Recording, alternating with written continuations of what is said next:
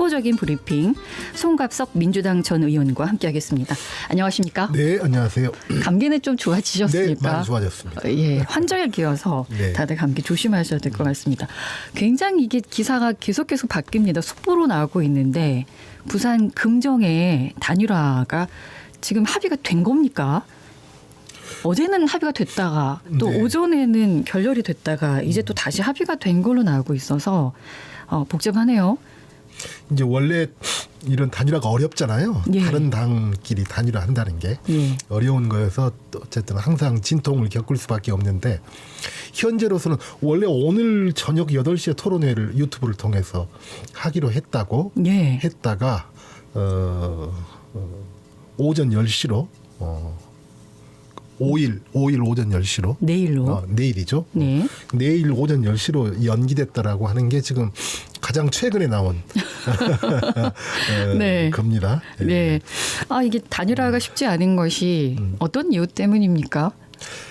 아니 제가 방금도 말씀드렸지만 원래 이제 그 세부적인 비슷한- 내용을 조율해야 되기 때문에 그렇습니까? 네, 그렇죠. 그 윤석열 정부에 대한 심판 네. 이런 것에 대한 것은 같지만 네. 어쨌든 당이 다른 것 아닙니까? 네. 민주당하고 조국혁신당하고 이제 그러다 보니까 그러는 과정에서 있는데 뭐 가장 핵심적인 문제는 이제 마지막 조율할 문제는 결국 여론조사를 통해서 그 후보를 단일 후보를 선정하는 건데요. 네. 여론조사 방식을 어떻게 할 거냐 하는 것 가지고 길게 좀 줄다리기가 있었던 것 같고요. 네. 이제 거기에까지도 저는 뭐 거의 합의를 봤다고 네네. 이야기를 들었기 때문에 내일은 치러지지 않을까라고 생각을 네. 합니다. 큰 그래서 틀에서는 일단 토론이 있고 네, 여론조사가 있고 네. 이제 후보를 결정하는 그렇죠. 방식. 그렇죠. 예. 그럴 수밖에 없는 게 양당이 다 특히나 이제 부산 지역에 뭐 그 조국혁신당이 됐건 민주당이 됐건 간에 이번 선거가 윤석열 정부에 대한 심판 선거가 돼야 된다라고 생각하는 분들, 네. 그 정당 소속이건 또 시민사회건 그쪽에서 단일화에 대한 압박 또 필요성, 네. 공감 이런 것들이 워낙 크기 때문에 어쨌든 뭐 이러저러한 진통은 겪고 있지만 양당이 결국 단일화할 거라고 생각을 하고 있습니다. 단일화가 된다면 그 이후에는 가능성이 있다고 보는 거겠죠? 지금은 가능성이 있다고 지금 뭐 여러 여론조사 지표나 네. 이런 걸 봤을 때 네. 상당히 좀 해볼 만한 예. 상황이 아닌가라고. 사실 부산 금정이면 그렇게 쉽지 않은 지역입니다. 야당에서는. 네. 네. 그런데 지금 초접전을 보이고 있는데 그 이유는 뭐라고 보십니까?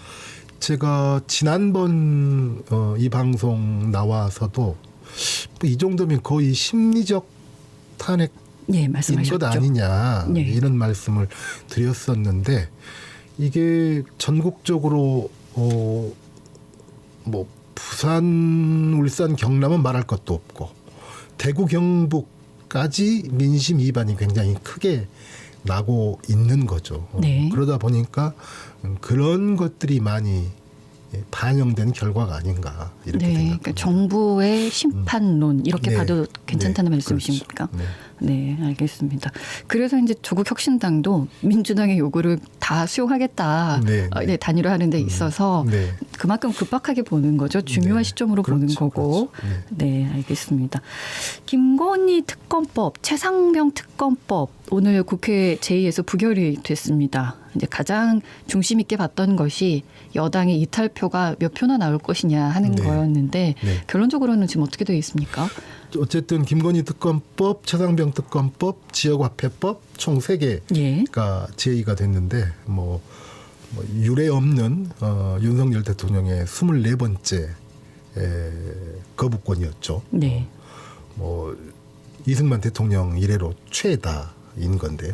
도표를 세워놨더라고요. 네, 역대, 역대 대통령들의 네. 뭐 0표, 0표, 4표 네. 가장 많았던 게 6표인가 네, 그랬던 그렇죠, 기억이 나는데 그렇죠. 24표였으니까 네, 네. 상당히 많습니다. 네. 그래서 이제 제 의견이 들어갔는데 어쨌든 8명의 반란표. 네. 네. 이탈표. 반란표. 이탈표. 네. 이것이 있으면 가능하다라고 했는데 어쨌든 뭐 현재로는 지금 194 예. 그다음에 이제 찬성. 찬성, 반대가 104, 그다음에 무효 1표, 기권 1표. 예. 그래서 이제 국민의힘 의원이 108명 아니겠습니까? 예. 108번뇌 하고 있는 거죠, 사실은. 네. 국민의힘 의원들도. 네. 근데 지금 반대가 그 104명이 반대를 한 거고. 네. 한 표는 무효, 한 표는 기권. 그다음에 이제 2표는 어쨌든 찬성으로 갔다는 거죠. 예. 그래서 총 4표의 이탈표가 발생을 한 거죠. 그래서 이것이 갖는 의미는 저는 작지 않다라고 생각을 합니다. 벌써 국민의힘 의원 중에서 일부 의원들은 도대체 언제까지 우리가 이렇게 반대만 하고 있을 거냐, 이런 이야기들을 하고 있는 것 아니겠습니까? 네. 또 속은 부글부글 하지만 그런 말을 차마 못하고 있는 의원들도 있는 거고. 그다음에 반면에 또 민주당은 어떤 식으로든지 간에 김건희 특검법을 다시 네. 다시 또 국회에 상정을 해서 통과를 시킬 거고, 그런 과정이 되풀이 된다라고 하면 굉장히 지금 여당으로서는, 국민의힘으로서는 곤혹스러울 수밖에 없는 상황입니다. 예. 네. 반대가 104표가 나온 걸 보고 이게 여당의 균열이 시작됐다, 이런 흔적을 보이는 거다라는 얘기도 나오는데, 그렇게 보면 되겠습니까? 이게 좀 매우 미묘하고 애매하기는 합니다. 예. 근데 지금 사실은 기권 무효, 이것도 기권 무효도 사실은 형식적으로는 반대표입니다. 네. 예. 찬성은 아닌데. 네. 왜냐하면 이것은 반대가 몇 표가 나왔냐가 중요한 게 아니라 찬성이 몇 표가 나왔냐가 중요한 거거든요. 아, 찬성이 몇 표 나오냐가 아니라 반대가 몇 표 나오냐가 중요한 거 아닙니까? 아니요. 그 아닙니까? 법이 통과가 되려면. 아하. 그 네. 법이. 예. 그러면 무효표나 기권을 했었던 사람들의 심정은 어떤 거냐면, 국민의힘은 당론으로 부결하자라고 이미 결정을 했잖아요. 네. 그러면 그러면은 실질적으로는 부결의 효과는 주되, 네. 부결의 효과는 주되, 도저히 내 양심상 부결로는 표는 못 짓겠다. 그러니까 표의 의미로는 부결일지는 몰라도 정치적 의미로는 어떤 찬성의 의미겠죠. 네. 의원들의 각각의 마음속에는 혼란이 많군요. 예. 그래서 이제 사실은 4표 정도의 이탈표다라고 보는데요. 이게 어쨌든 8표면 되는 건데, 예. 그 반에 육박하는 것 아니겠습니까? 그래서 108명, 그 108명의 각각의 양심들이 번뇌를 하고 있는 상황. 이제 폐기가 된 거죠. 일단은 폐기가 된 거죠. 오늘 이제 법권 거기에 맞춰서 통과가 되지를 못했으니까 이후는 그럼 어떻게 되겠습니까? 이후에 역시 민주당이 공언했던 대로 김건희 특검법, 최상병 특검법, 지역화폐법 이런 것들이 또 다시 절차를 밟겠죠.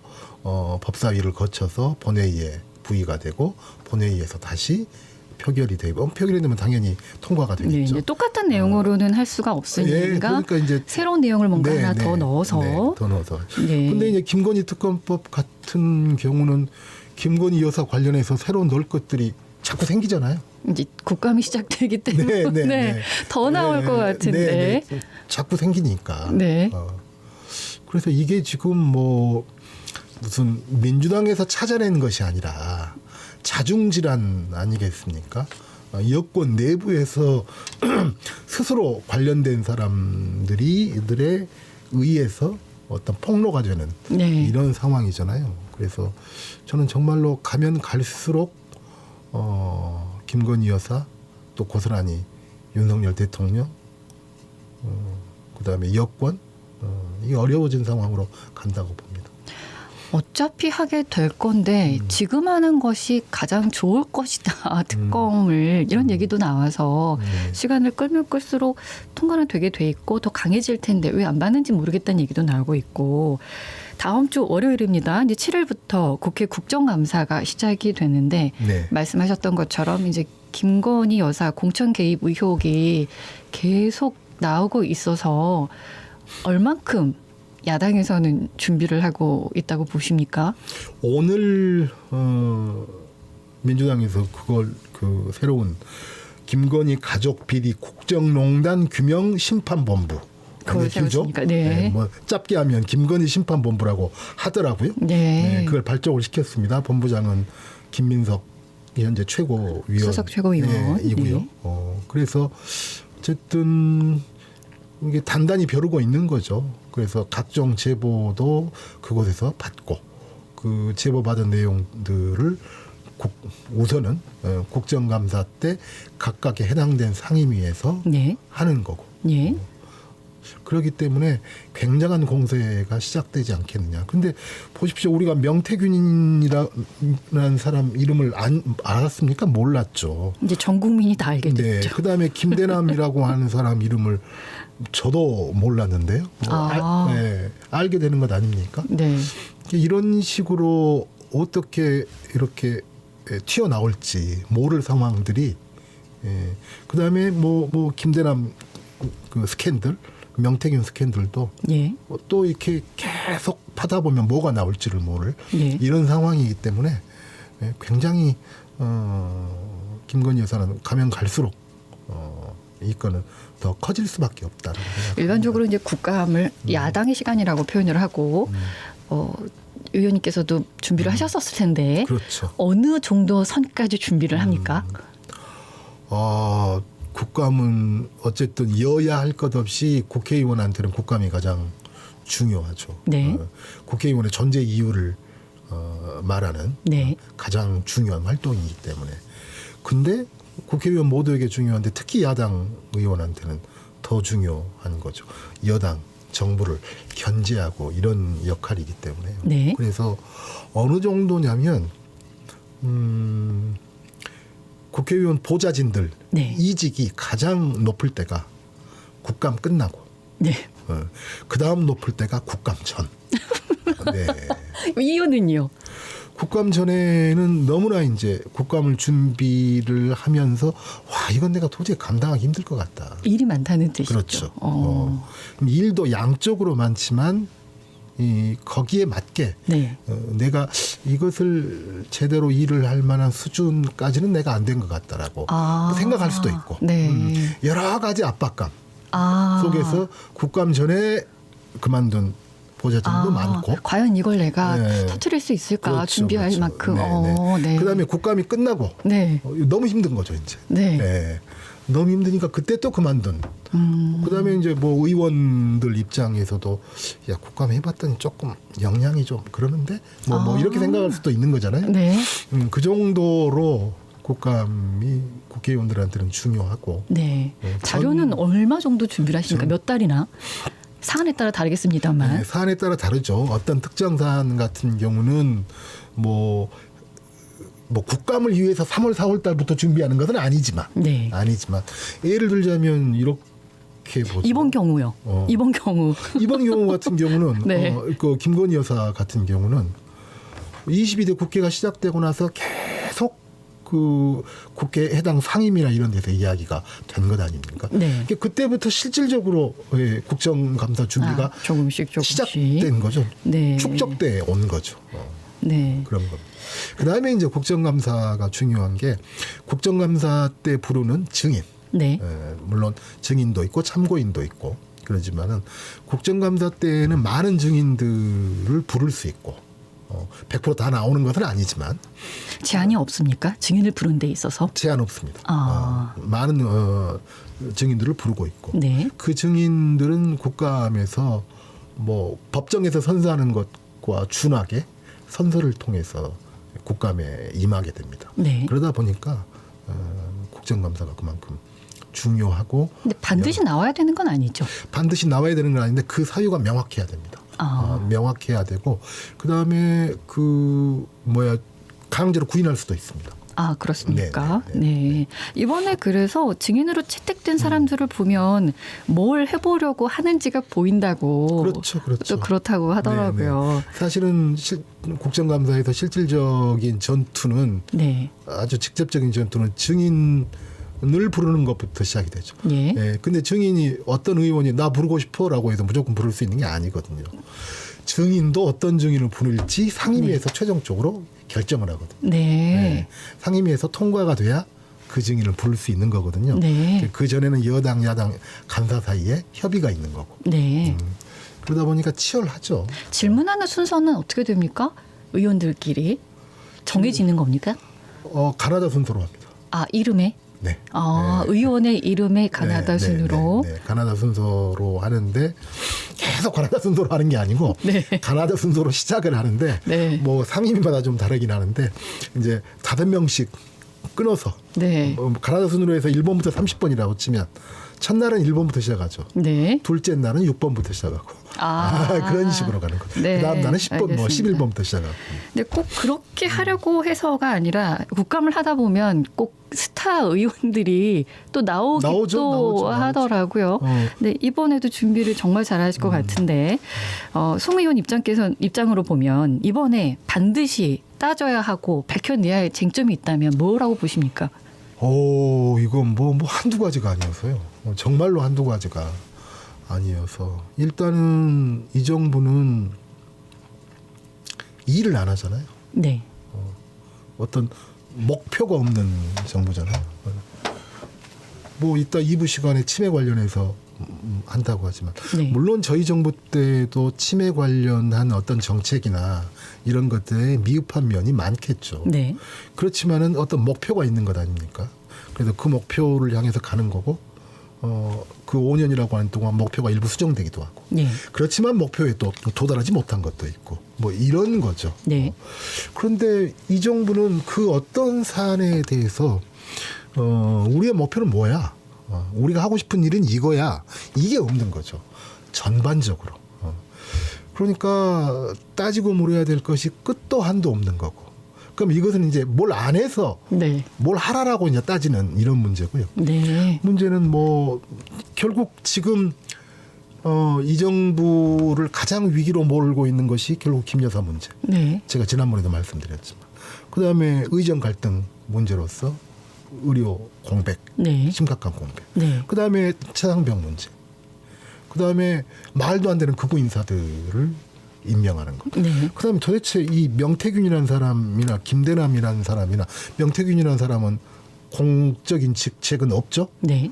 김대남이라고 하는 사람은 3억 뭐 이쪽 저쪽 하는 연봉을 받고 대통령실에서 서울시네요. 있었다고. 네, 감사로. 저는 도대체 이 대통령 부부 주변에는 어떤 사람들이 있는지 모르겠어요. 인사를 보면 인사권자를 알 수 있는 거죠. 도대체 어떤 사람들이 있는지. 그러니까 이 사람이 보수적이다, 진보적이다 이런 문제는 두 번째 치고요. 네.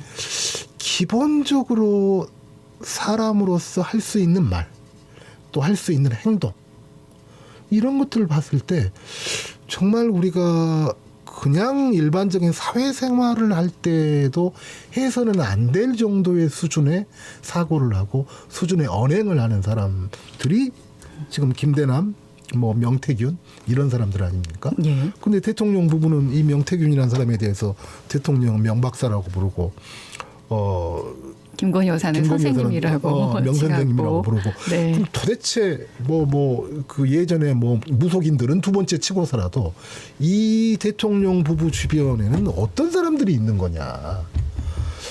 그러면 도대체 그런 사람들과 뭐 2시간 독대를 했네, 또 뭐 SNS를 나누네. 그럼 그런 사람들과 의견을 나누고 있는 것의 결과로 그것이 정책이 됐건 정치가 됐건 나라를 이끌어 나가는 건데 도대체 무슨 생각으로 나라를 어떻게 이끌어가는 거냐. 국감의 시간이 좀 부족하겠다는 생각은 안 해보셨습니까? 지금 거론되고 있는 말씀하신 내용들도 다 하나하나 알아내야 하고 또 처음에 말씀하셨던 해야 되는 일들을 안 한 걸 가지고 또 말씀도 하셔야 한다. 그래서 그렇죠. 이게 과연 이 짧은 며칠 안에 해결할 수 있는 문제입니까? 그러니까 한 3주 정도 국감을 네. 하잖아요. 물론 이제 과거 권위주의 시대 때, 독재정권 시대 때는 국회가 있긴 했지만 국감 자체도 없애버려가지고 못하던 시절이 있기도 했죠. 네. 근데 현대 사회에서는 물론 이런 스캔들이나 문제에 뿐만이 아니고 보통 하나만 터져도 좀 큰일인데 너무 많이 문제뿐만이 쌓이다 아니고 보니까. 어쨌든 전반적으로 다뤄야 될 일들이 얼마나 많습니까? 네. 그렇기 때문에 계속적으로 국회 개혁에 대한 이야기를 할 때 국정감사 기간이라고 하는 게 있는 게 아니라 예. 1년 내내 상시국감 체제로 국회를 전원해서 돌리자. 네. 이런 의견들이 예전부터 굉장히 많이 있어 왔습니다. 네. 그래서 그것도 앞으로 여야가 좀 머리를 맞대고 이야기를 해봐야 될 문제라고 봅니다. 국감이 시작이 되면은 해야 할 이야기, 또 우리가 눈과 귀로 보고 들어야 될 이야기들이 너무나 많아 보입니다.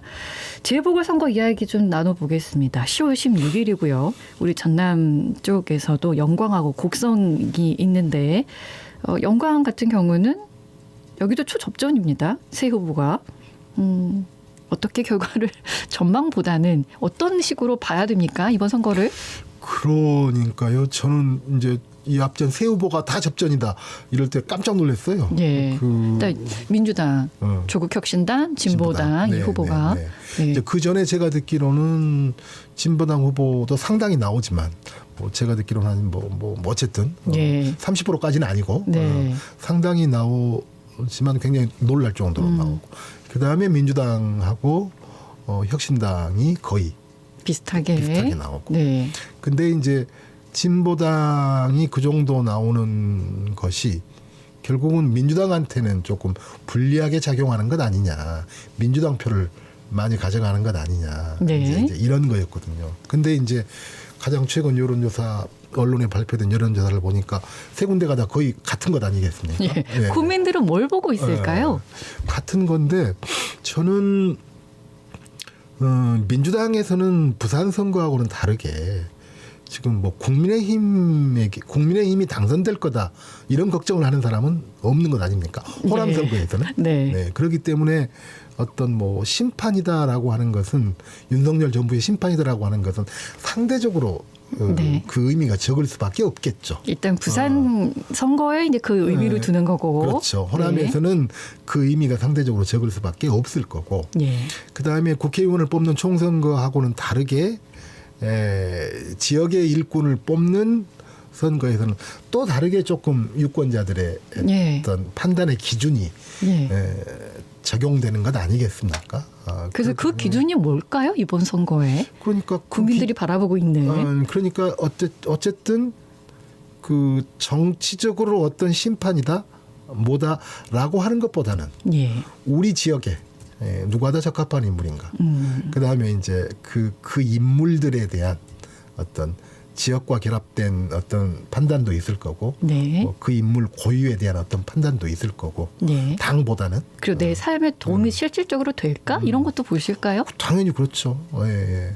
그래서 이제 뭐 예전에도 호남 쪽에서도 기초단체장 쪽에서는 무소속들이 심심찮게 네. 나오지 않았습니까? 그런 것들이 다 이제 총선하고는 좀 다르게 보고 오는 거기 때문에 네. 그래서 이제 뭐 곡성도 접전이긴 하겠지만 특히 영광이 그런 점에서 굉장히 조금 귀추가 주목되는. 예. 근데 선거입니다. 누가 됐다 한들 어떤 의미를 담고 있다고 볼 수는 없겠군요. 그렇다면 특별한 의미 부여보다는 그냥 후보자의 뭐 네. 자질, 네. 우리 고향이 누가 어울릴 것이다라고 생각하는 이 정도 이제 보면 되겠습니까? 그래도 선거라고 하는 것은 그 결과를 받고 네. 여러 가지 해석을 할 수밖에 없는 것 아니겠습니까? 예. 그러면 혁신당 후보가 되면 어떤 조국 대표에 대한 어떤 기대. 평가나 네. 어쨌든 누가 됐든지 간에 또 저 이재명 대표에 대한 어떤 평가나 네. 이런 것들하고 좀 어느 정도는 연결될 수밖에 없는. 네. 그런 그래서 거죠. 신경을 쓸 수밖에 없겠군요. 네, 네. 알겠습니다. 오늘 말씀 여기까지 듣겠습니다. 고맙습니다. 네, 고맙습니다. 언제 어디서나 내 손 안의 뉴스. 강주 MBC 뉴스 유튜브 구독으로 함께하세요.